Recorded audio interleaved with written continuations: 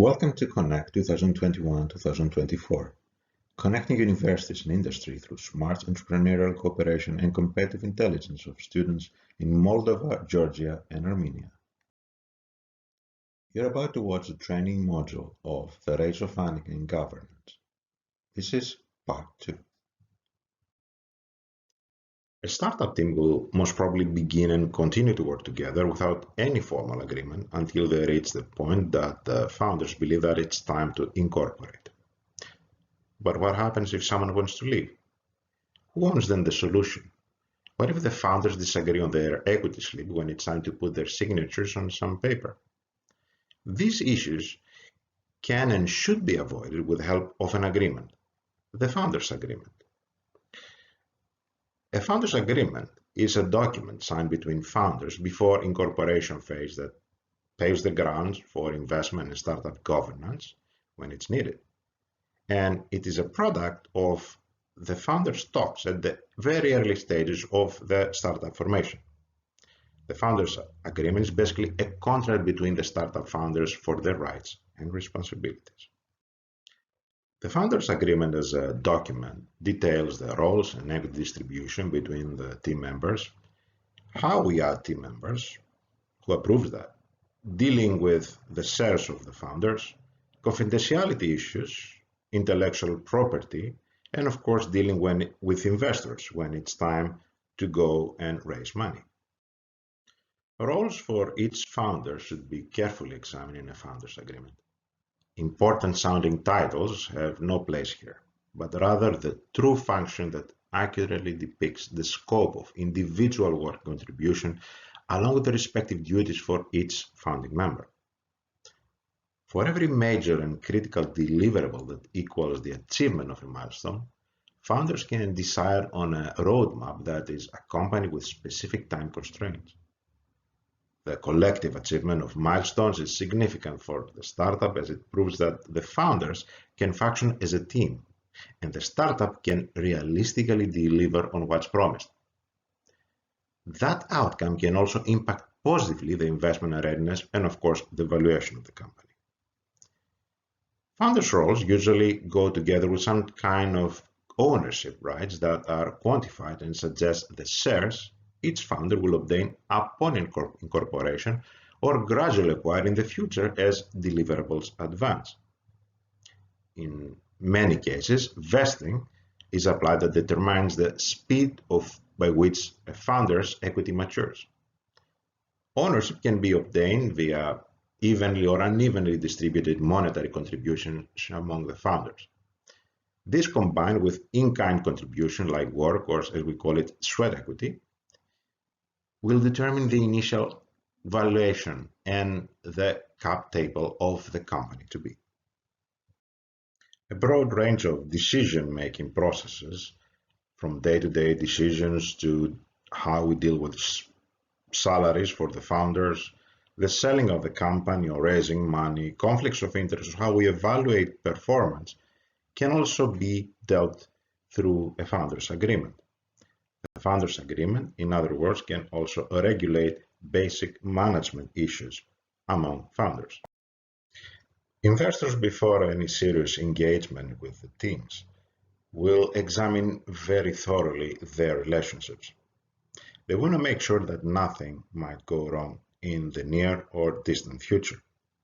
Investors will examine how clear and well structured are the relationships between founders. From the dating phase, they will ask probing questions to find out if there is any signaling there. They will proceed more thoroughly during the phase of signing the termseed and even more thoroughly in the due diligence process where everything is very well scrutinized. Generally speaking, problematic relationship between founders is a red flag to investors and can stop permanently an investment process. An investor can acquire or buy shares with a stock purchasing agreement that is exercised at the time of the purchase. The right to buy shares, that is, requires that the startup, though, is incorporated. An investor can also become a founding member at the point of incorporation by contributing to the company's capital upon formation.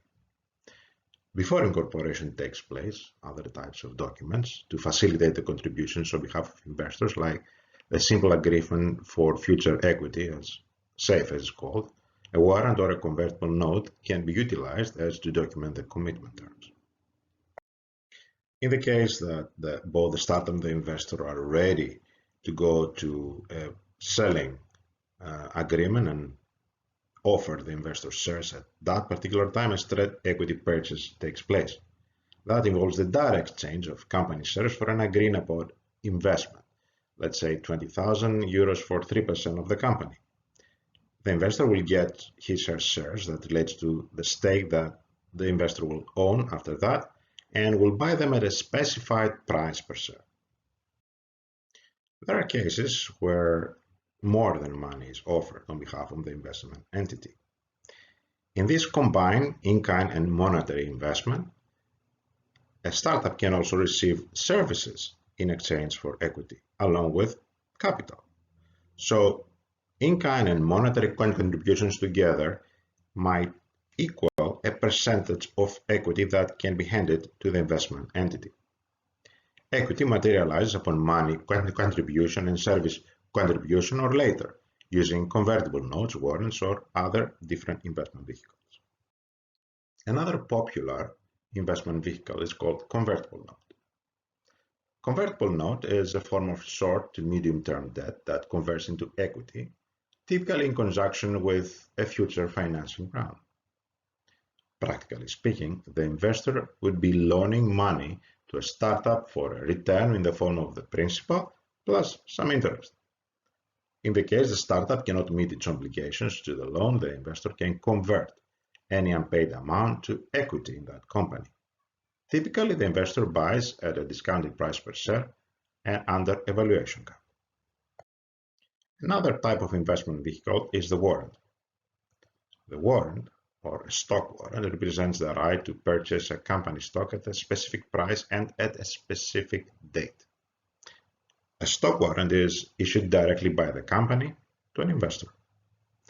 A warrant holder, though, has no voting, shareholder, or dividend rights and gets no say in the function of the company, even though the warrant holders are affected by the decisions and the policies that the startup has. A SAFE, or a simple agreement for future equity, as the acronym is explained, is an agreement between an investor and a company that provides rights to the investor for future equity in the company similar to a warrant, except without determining a specific price per share at the time of the initial investment. There are different kinds of SAFEs, like with some kind of valuation cap and no discount, no cap, no discount, etc., that the investor and the startup agree mutually to use. With this map, we can understand easier the relation between price determination time as well as the time for investment payment. Either they take place in the present or the future. For an example, a SAFE can attract capital in the present time while the share price is determined in the future. A very significant tool, a document used by funding entities and startups, is called Termseed. The Termseed is a non-binding document, and engaged parties may choose to withdraw from the deal before it concludes. In the Termseed, the basic terms of the agreement with the startup investor and the startup investee are determined. The Termseed can be a complicated, long document with a lot of legal terms. That jargon might include a variety of definitions that might be unknown to an inexperienced founder. The Termseed can include liquidation preferences, veto rights, anti-dilution, drag or tag-along rights, founders, employees vesting, conditions to close the deal, matters requiring the investors or the board of directors' approval, non-disclosure or other development clauses, employee stock options, and of course confidentiality subjects and the ways those things will be treated. As mentioned before, the Termseed is a non-binding document. Later on, the term sheet will be replaced by other forms of binding agreements, including the shareholders' agreement.